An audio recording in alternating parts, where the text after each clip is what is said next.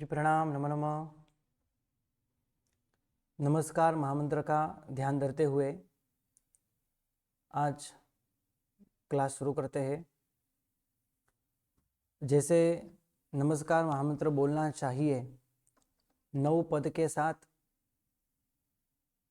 और 8 संपदा के साथ, और इसके अंदर जो 7 जोड़ाक्षर है, संयुक्त अक्षर है, ये संयुक्त अक्षर के भी हम यहाँ बात करेंगे। कैसे ये संयुक्त अक्षर को हमको बोलना चाहिए, ये सब याद करते हुए जो हमने पहले पढ़ाई की है, ये सभी को याद करते हुए नमस्कार महामंत्र का ध्यान देते हैं। नमो अरिहंतानम, नमो सिद्धानम, नमो आयरियानम, नमो उवज्झायानम, नमो लोए सव्वसाहूनम, एसो पंच नमुक्कारो सव्व पावप्पणासनो, मंगलानम च सव्वेसिम परमम हवई मंगलम। ऐसे हमको नमस्कार महामंत्र बोलना है। आगे कहते हैं कि ऐसे नमस्कार महामंत्र का ध्यान हमको जो पद पे जो पंच परमेष्टि आ रहे हैं, जैसे कि नमो अरिहंतानम बोलते समय अरिहंत भगवान आते हैं, तो अरिहंत भगवान का स्मरण करते हुए हमको भाव से नमस्कार करना है। नमो अरिहंतानम। ऐसे 12 गुण से युक्त, 18 दोषों के रहित और 4 घाती कर्म जिन्होंने क्षय किए हैं और अनंत अनंत गुण से जो युक्त है, ऐसे अरिहंत परमात्मा को मैं नमस्कार करता हूँ। नमो अरिहंतानम। नंबर 2, नमो सिद्धानम, यानी सिद्ध परमात्मा को मैं नमस्कार करता हूँ। और सिद्ध परमात्मा कैसे है? जो 8 गुण से युक्त है। अनंत ज्ञान, अनंत दर्शन, अनंत चारित्र, अव्याभात सुख, अक्षय स्थिति, अरूपी अवस्था, अगुरु लघु और अनंत वीर्य। ऐसे अनंत अनंत अनंत सिद्ध परमात्मा को मैं नमस्कार करता हूँ। ऐसे अनंत तीर्थंकर भगवंत को, अनंत सिद्ध परमात्मा भगवंत को मेरा नमस्कार हो। नंबर 3, तीसरे पद पे गुरु है। प्रथम 2 चरण में, प्रथम 2 पद में अरिहंत परमात्मा और सिद्ध परमात्मा के जो 2 देव तत्व है, देव तत्व, गुरु तत्व और धर्म तत्व, देव गुरु धर्म, ये तीनों तत्व नमस्कार महामंत्र के अंदर है। प्रथम के 2 चरण में देव तत्व है, तो इसके बाद 3 चरण में गुरु तत्व है। तो गुरु के अंदर सबसे बड़े महान गुरु यानी आचार्य भगवंत। और यहाँ कहते हैं आचार्य भगवंत को मेरा नमस्कार हो कि जो 36 गुण से युक्त है, 5 इंद्रियों के जो विषय है, ऐसे विषयों को जो रोकते हैं। इसकी बात हमारे हुई थी। ऐसे 5 इंद्रियां है कि जिसके पेटा प्रकार भी शास्त्र के अंदर बताए हैं। कितने हैं? तो 24। और इसके विषय कितने बताए गए हैं शास्त्र के अंदर? तो 23। ऐसे 24 प्रकार की जो इंद्रियां है, वो 24 प्रकार की इंद्रिय से 23 प्रकार के विषयों में कभी राग और द्वेष जो नहीं करते। नंबर 2, 9 प्रकार की ब्रह्मचर्य की जो गुप्ती है उसका पालन करते हैं, यानी संपूर्ण अखंड ब्रह्मचर्य का पालन करते हैं, इसमें दोष न लगे, इसलिए ये 9 प्रकार की गुप्ती का पालन करते हैं। 9 प्रकार की गुप्ती कौन कौन सी है? स्त्री, पशु, नपुंसक जहाँ बसते हैं वहां पे नहीं रहना है। स्त्री के साथ कभी भी बात नहीं करते, बातचीत आदि नहीं करते। स्त्री बैठी हो वहां पुरुष नहीं बैठते, पुरुष बैठे हो वहां स्त्री नहीं बैठती। राग के साथ उनके अंगों पांग आदि नहीं देखते, उनके सामने नहीं देते, उनके आंखों में आंखों डाल के देखते नहीं। आगे कहते हैं स्त्री पुरुष जहाँ सोते हैं उसके अगल बगल में, रूम में आदि में नहीं रहते। जो पहले विशेष सुख का अनुभव किया है, ऐसे विशेष सुख को याद नहीं करते, याद करना भी नहीं चाहिए। स्निग्ध आहार करते नहीं, यानी संपूर्ण आहार जिसके अंदर विगई हो, ऐसे विगई से युक्त आहार नहीं करते। और नीरस आहार हो, जैसे आंबिल आदि का आहार हो, वो भी संपूर्ण पेट भर भर के गले तक नहीं करते, वो गलत है। और कहते हैं अंतिम चरण में शरीर की शोभा अच्छी नहीं बनाते, शरीर की शोभा अच्छी नहीं बनाते।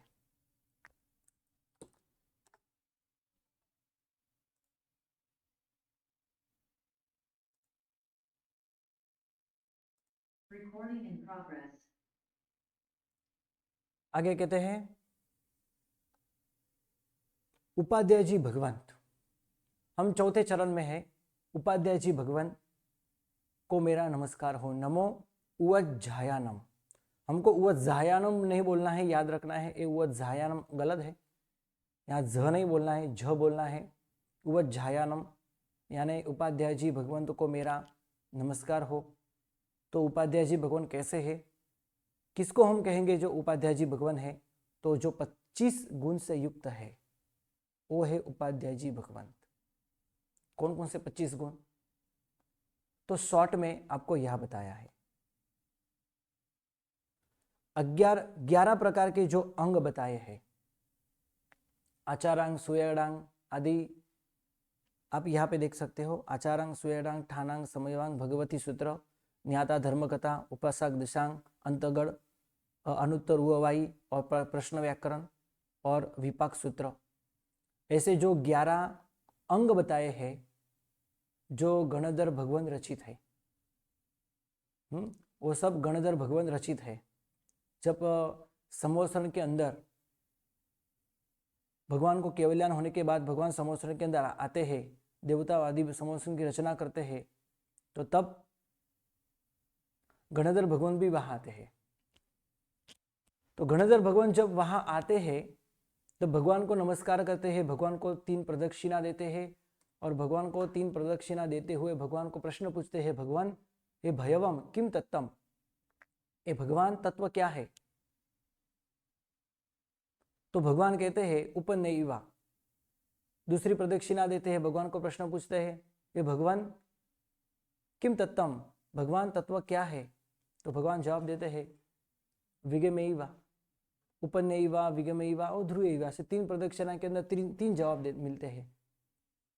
और इसी को शास्त्र के अंदर त्रिपदी कहा गया है। ऐसे त्रिपदी यानी 3 पद गणधर भगवान को मिलते हैं। तो 3 पद गणधर भगवान को मिलते ही देवता भगवान के पास आके एक थाल के अंदर वासक्षेप लेके खड़े रह जाते हैं और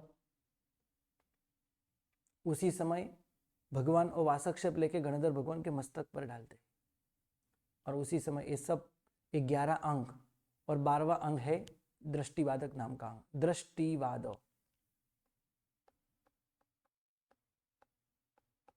ये दृष्टिवाद नाम का जो 12वां अंग है अभी विद्यमान नहीं है, इसके अंदर ही 14 पूर्व समाये है।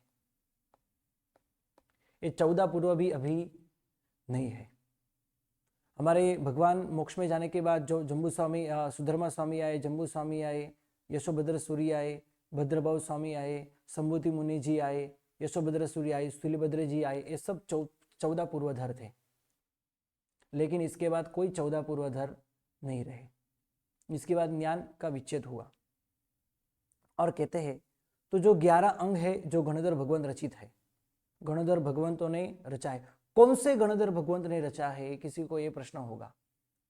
तो भगवान के जितने भी गणधर होते हैं सभी के सभी गणधर भगवंत 12 अंग की रचना करते हैं। 12वां अंग अभी है ही नहीं, तो जो अभी है इसकी हम यहां बात करते हैं। तो यहाँ जो 11 अंग है वो 11 अंग के जो धारक होते हैं, 11 अंग पढ़ते हैं, पढ़ाते हैं। इस शब्दों का अर्थ भी क्या है? उपाध्याय, उप अध्याय, अध्याय यानी स्वाध्याय। जो स्वाध्याय के बहुत नजदीक है, बहुत पास में है, हमेशा स्वाध्याय करते हैं, करवाते हैं, वो है उपाध्याय जी भगवान। इसलिए ग्रंथ के नाम वही उनके गुण बताए गए हैं। शास्त्र में ग्रंथ के नाम वही उनके गुण बताए हैं। बहुत अच्छी तरह से आचारांग सूत्र पढ़ते हैं, पढ़ाते हैं, सुयगणांग सूत्र पढ़ते हैं, पढ़ाते हैं, ठानांग सूत्र पढ़ते हैं, पढ़ाते हैं। ऐसे ही 11 प्रकार के जो अंग है वो उपाध्याय जी भगवान के गुण है। दृष्टिवाद नाम का अंग अभी है ही नहीं, इसलिए इसकी बात यहाँ पे भी नहीं होती। तो कहते हैं 11 प्रकार के जो अंग है वो उपाध्यक्ष भगवान के गुण है। नंबर 2, 12 प्रकार के जो उपांग है, जो पूर्वाचार्यों ने उसकी रचना की है संस्कृत में, टीका में, प्राकृत आदि गाथाओं में, वो है उपांग। यानी अंग के ही छोटे छोटे भाग है, अंग के ही ये छोटे छोटे भाग है, उसको हम उपांग कहते हैं। तो ये उपांग भी पढ़ते हैं और पढ़ाते हैं, ये भी उपाध्याय जी भगवान के गुण है। कौन कौन से उपांग है? तो उवाई,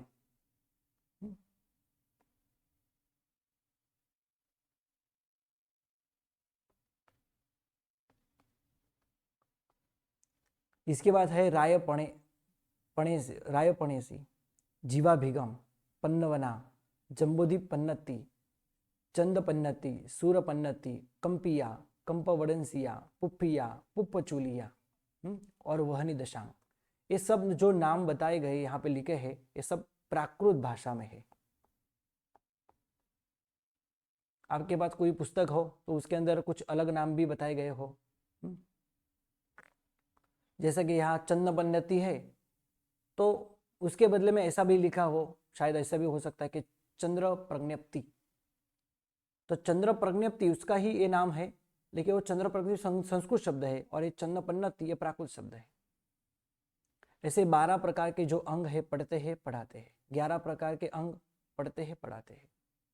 इसलिए यही सूत्र, उपांग, आगम, ये उपाध्याय जी भगवान के गुण है।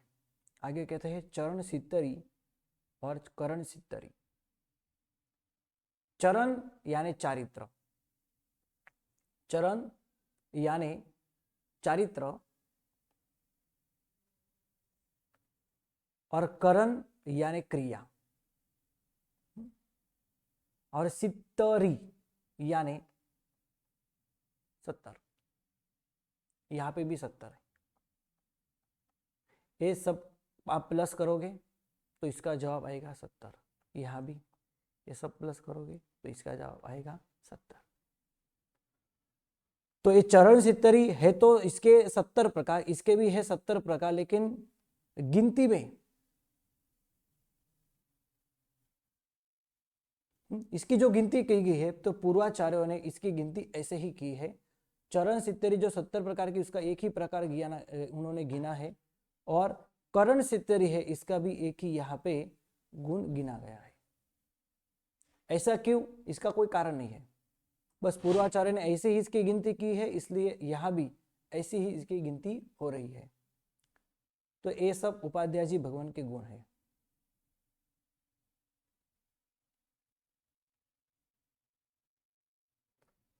तो इसके ऐसे उपाध्याय जी भगवान के यहाँ पे ऐसे 25 प्रकार हुए। ये 25 प्रकार सब है उपाध्याय जी भगवान के गुण। आप चारित्र के 70 प्रकार देख सकते हो कि चारित्र का पालन कैसे करना है। तो 5 प्रकार के महाव्रत, ये महाव्रतों का पालन कैसे करना है, करते हैं, करवाते हैं, पढ़ते हैं, पढ़वाते हैं, वो उपाध्याय जी भगवान है। कोई शिष्य आदि उनको प्रश्न पूछे कि ये 5वां, ये 4था व्रत है या तीसरा व्रत है कि पहला व्रत है, ये पहला व्रत का पालन कैसे करना है, तो इसकी लिखी हुई शास्त्र के अंदर बात वो बताते हैं। इसलिए 5 महाव्रतों की बात भी आती, इसके अंदर आती है, जो हमने पहले भी इसकी 5 महाव्रतों की बात की। तो चारित्र का पालन इससे होता है, इसलिए इसकी भी बात पढ़ते हैं, पढ़वाते हैं। तो यह है 5 महाव्रत, 10 प्रकार के यति धर्म। आगे आपको 10 प्रकार के यति धर्म भी वर, कनक, शंख, विद्रुम, अड्ढाई जैसु वगैरह सूत्र के अंदर इसकी हम बात करने वाले हैं। तो 10 प्रकार के यति धर्म, क्षमा आदि, नवतत्व के अंदर भी इसकी बात आती है। इसके बाद है 17 प्रकार के संयम। इसके बाद है 10 प्रकार की व्ययावच यानी सेवा करना। इसके बाद है 9 प्रकार के ब्रह्मचर्य की गुप्ती का पालन करना, 3 प्रकार के जो रत्न है इसका भी पालन करना, दर्शन ज्ञान चारित्र, और इसके बाद 12 प्रकार के तप, यथाशक्ति तप करना, और 4 प्रकार के जो कषाय है उसको निरोध करना, उसको रोकना। तो ऐसे 17 प्रकार से क्या करते हैं, चारित्र का पालन करते हैं। बस वैसे ही करण सिद्धरि, करण यानी क्रिया, पिंड निरुक्ति, पिंड विशुद्धि, पिंड यानी आहार, आहार कैसे विशुद्ध है या नहीं इसकी बात शास्त्र के अंदर आती है। पिंड विशुद्धि नाम का एक ग्रंथ भी है। तो ऐसे पिंड यानी आहार के विषय जो भी कुछ बात है वो क्रिया स्पष्ट रूप में करवाते हैं। तो 4 प्रकार की क्रिया बताई, 5 प्रकार की समिति का पालन, 12 प्रकार की भावना, 12 प्रकार की प्रतिमा साधु भगवंतों की। श्रावक और श्राविका की प्रतिमा जो आती है वो 11 है, लेकिन यहाँ साधु भगवान की बात हो रही है, उपाध्याय जी भगवान की बात हो रही है। तो 12 प्रकार की प्रतिमा यानी देरासर के अंदर जो भगवान की प्रतिमा है इसकी यहाँ पे बात नहीं है। तो अब जब आगे आपको इसकी बात आएगी तब आपको पता चलेगा। तो ये 12 प्रकार की प्रतिमा है, इसका वो पालन करते हैं। 5 प्रकार की इंद्रिय है, इसका भी निरोध करते हैं। 25 प्रकार की जो पड़ी लेहना है इसका भी, हाँ, इसकी बात भी यहाँ पे आती है, यानी इसकी क्रिया वो अवश्य करते हैं। जैसे हम शास्त्र बोलते हैं ना कि 25 प्रकार की जो क्रिया है, मोमबत्ती का परिलेहन करना, उसके अंदर बोल आदि हम बोलते हैं। तो 25 प्रकार की परिलेहन 2 प्रकार की शास्त्र के अंदर, एक शरीर की परिलेहना और एक वस्त्र की परिलेहना। वस्त्र की परिलेहना यानी मोमबत्ती का परिलेहन, और शरीर का परिलेहन यानी जो हम हमारे शरीर के जो अंग है उसका परिलेहन करना, ये भी जरूरी है। तो ऐसे 2 प्रकार की परिलेहना आती है, दोनों के 25-25 प्रकार है, लेकिन गिनती में सिर्फ 25 ये यहाँ पे लिए है। 3 प्रकार की गुप्ती का पालन, और 4 प्रकार के द्रव्य, क्षेत्र, काल और भाव, ऐसे अभिग्रह आदि लेना, ये भी जो क्रिया है वो क्रिया यहाँ पे करवाते हैं। उपाध्याय जी भगवान करते हैं, करवाते हैं, इसलिए ये सब उपाध्याय जी भगवान के शास्त्र के अंदर गुण बताए हैं। 11 अंग, 12 उपांग, चरण सितरी और करण सितरी, ये दोनों के एक एक प्रकार गिने हैं, और इसकी यहाँ पे गिनती 12 में हुई है, और यहाँ पे इनकी गिनती 11 में हुई है। ऐसे 11, 12, 1 और 1, 25 प्रकार के 25 प्रकार ये उपाध्याय जी भगवान के गुण है।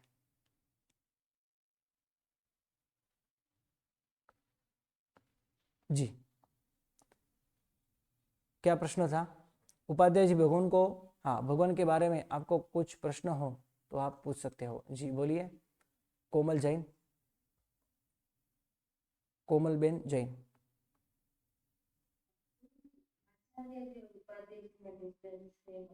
क्या?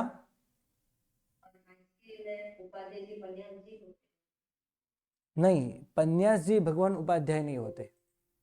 उपाध्याय की पदवी जो है ना वो आचार्य की जो पदवी है उससे थोड़ी कम है, राइट? लेकिन पन्यास जी भगवान उपाध्याय जी भगवान नहीं है। और गणी पदवी जी, जो गणी पदवीधारी होते हैं वो भी उपाध्याय जी भगवान नहीं है। उपाध्याय जी भगवान ये दोनों से अलग है। और जो आचार्य भगवान है उससे एक स्टेप नीचे कम है।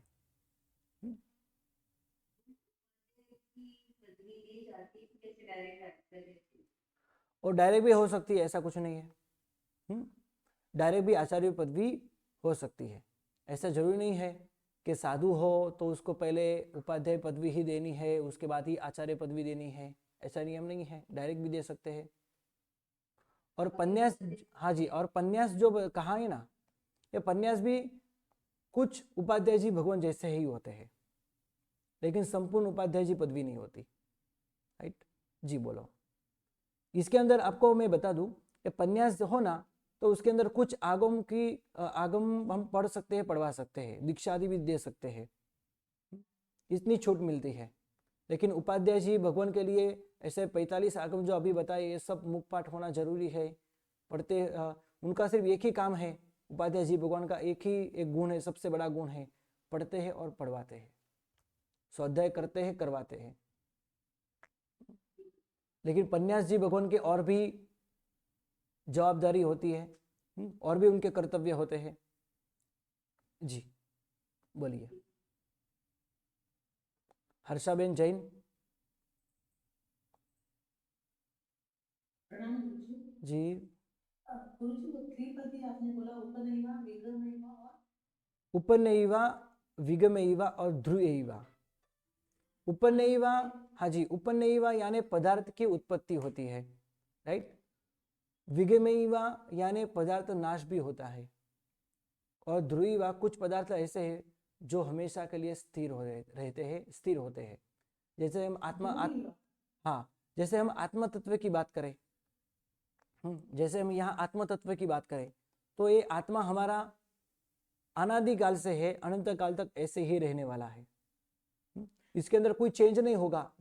ऐसे समझ के चलते कि एग्जाम्पल लेते हैं, यहाँ पे आत्मा के आत्मा प्रदेश 100 है, तो इससे कोई कुछ कम भी नहीं होंगे और ये ज्यादा भी नहीं होंगे, उतने के उतने ही रहेंगे।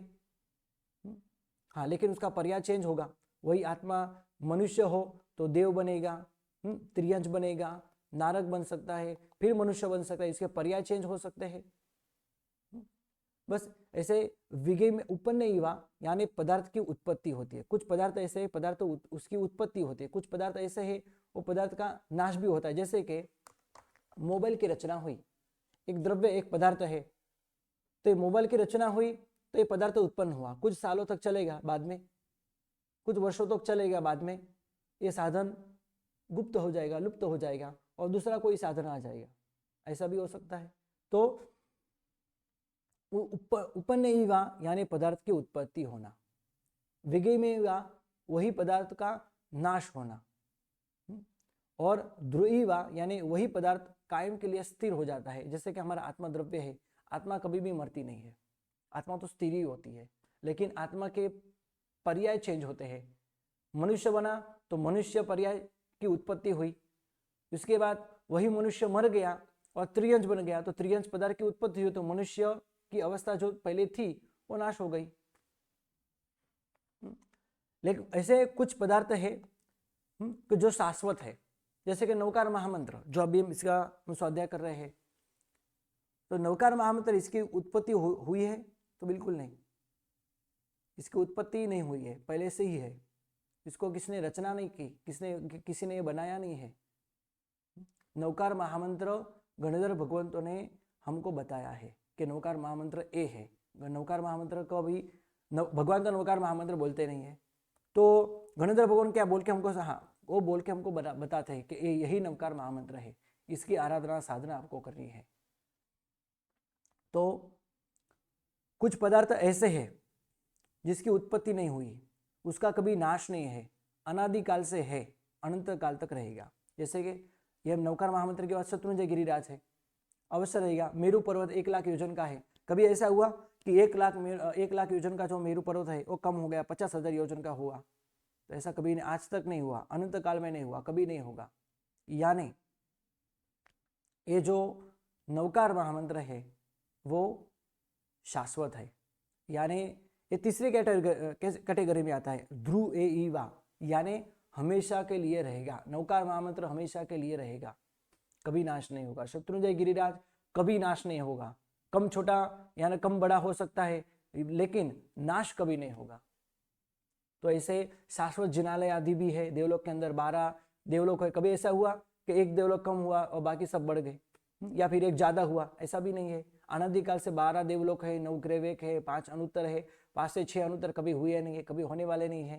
यानी कुछ पदार्थ ऐसे है जो शाश्वत है, कुछ पदार्थ ऐसे है उसकी उत्पत्ति होती है, और कुछ पदार्थ ऐसे उसका नाश भी हो। जिसकी उत्पत्ति है ना उसका नाश भी है, लेकिन जिसकी उत्पत्ति नहीं है उसका नाश भी नहीं है।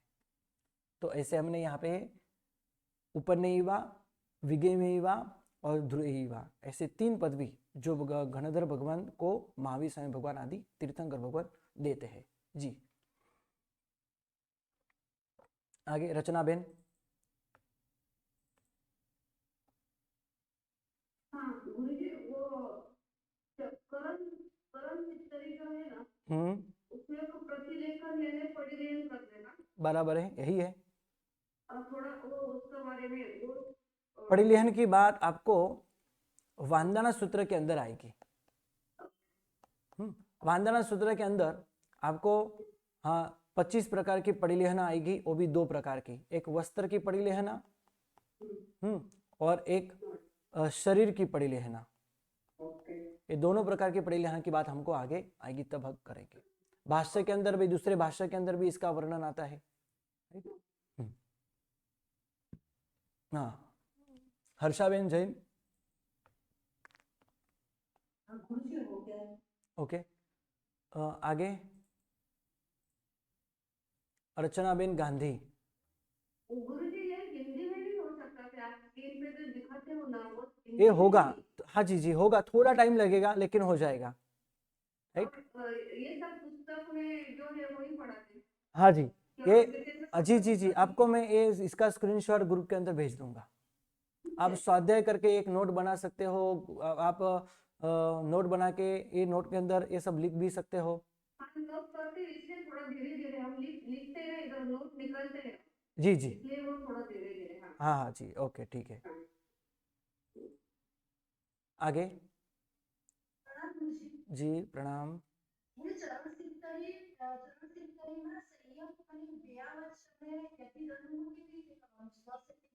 ये संयम जो 17 प्रकार के बताए वो अलग है, और यहाँ पे 10 प्रकार की व्यावच यानी सेवा बताई वो भी अलग है।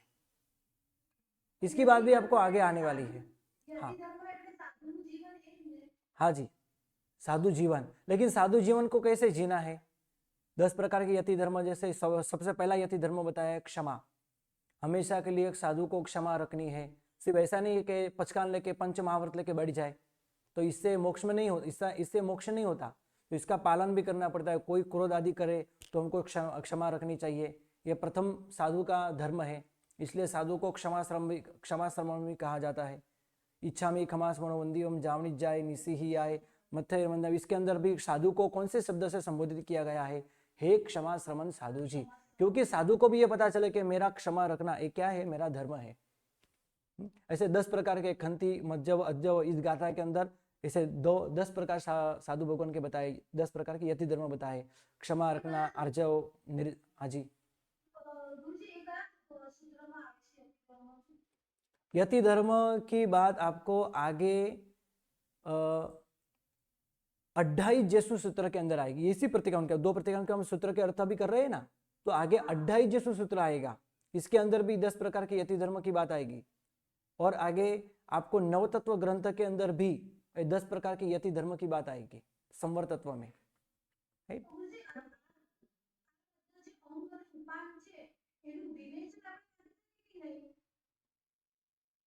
हाँ ये विवेचन पर મળે આપણને।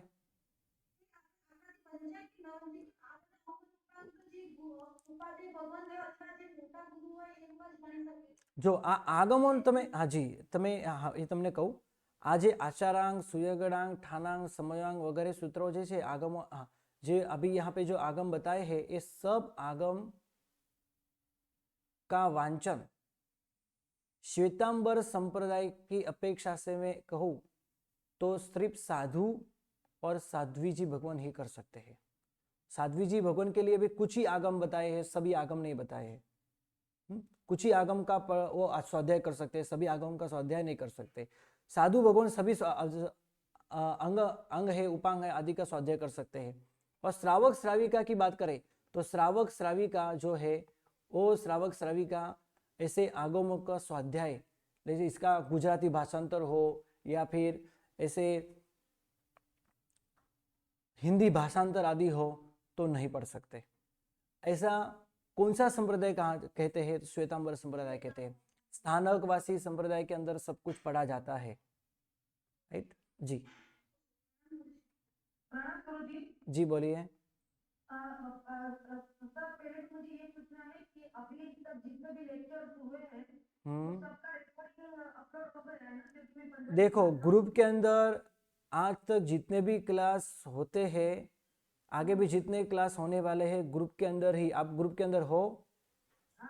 हाँ, तो इस ग्रुप के अंदर आपको रिकॉर्डिंग मिलती ही है, हर रोज आती है। ओके सर, और दूसरा मुझे ये पूछना था कि ये 17 संयम और 10 वैयावत, तो उसका डिटेल में करना है, तो जैसे 10 यति धर्म का आपने बताया ना, 2 सूत्र 9 तत्व और ये आगे आएगा। जी जी, ये भी आपको आगे आएगा।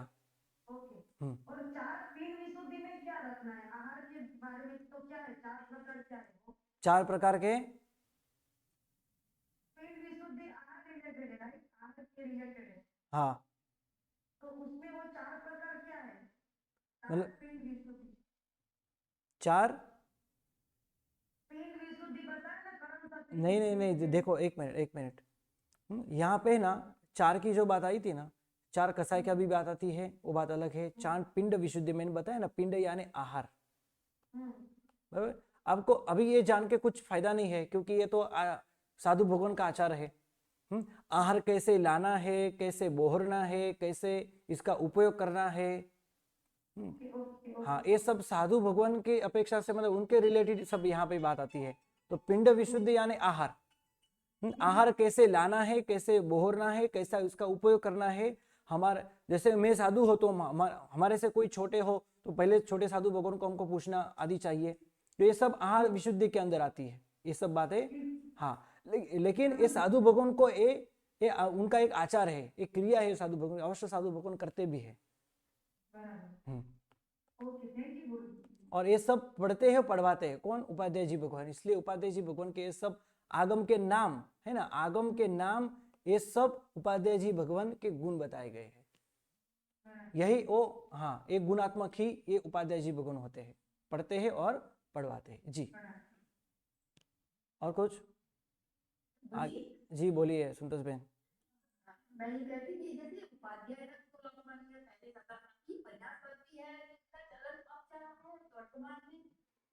हाँ, कोई भी ग्रुप हो, संप्रदाय हो, उसके उनके एक गच्छाधिपति हो, तो अवश्य उस गच्छ के अंदर एक उपाध्याय जी भगवान होते हैं। हर ग्रुप के अंदर एक उपाध्याय जी भगवान होते हैं। इसलिए आचार्य एक ही है, उपाध्याय भी, आचार्य बहुत अनेक हो सकते हैं, लेकिन एक गच्छ के अंदर एक ही उपाध्याय जी होते हैं। अभी की ये बात है, अभी की ये व्यवस्था है, राइट। पन्यास, हाँ जी, पन्यास जी भी कुछ आगम इसके अंदर जो बताए हैं ना, कुछ आगम जो है, हाँ, तो उसकी और जोग विधि आदि कर ले तो पन्यास जी हो सकते हैं। ये पूछे कि कब से शुरू हुआ ये प्रचलन? आज से ही शुरू हुआ।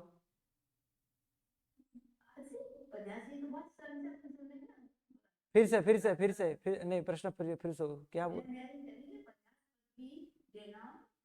वो कब से शुरू हुआ? वो बहुत साल हुए, नहीं नहीं, उसके बहुत साल हुए, तो 100 साल से ऊपर हुआ है इसको। जी, 100 साल से भी ऊपर हुआ है। नहीं, बस ऐसा नहीं है कि पदवी, मतलब अभी अभी ये बहुत प्रकट हुआ है, लेकिन पहले ऐसा नहीं था। मतलब पहले सिर्फ एक ही आचार्य भगवान, बाकी सब मुनि भगवान थी। एक उपाध्याय जी, एक आचार्य, बाकी सब मुनि भगवान। यही संप्रदाय पहले था, लेकिन अभी, हाँ, अभी अभी ये शुरू हुआ है। मतलब 100 साल जितने टाइम हुआ है ना, इसके आसपास हो सकता है। लेकिन ऐसा भी नहीं ये पदवी पहले नहीं थी। हाँ, भगवान महावीर स्वामी थे तभी ये पदवी थी, लेकिन इसका इतना जिक्र नहीं किया गया। इसकी बात, इतनी बात खुल से शास्त्र के अंदर नहीं बताई गई। जी जी बोलिए।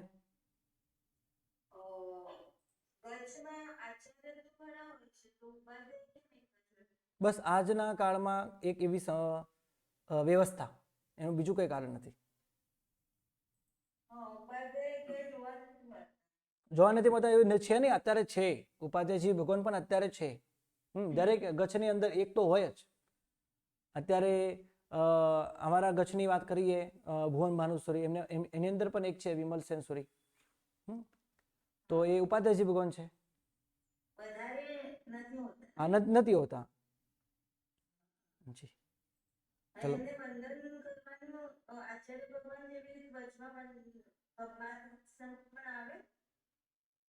શું?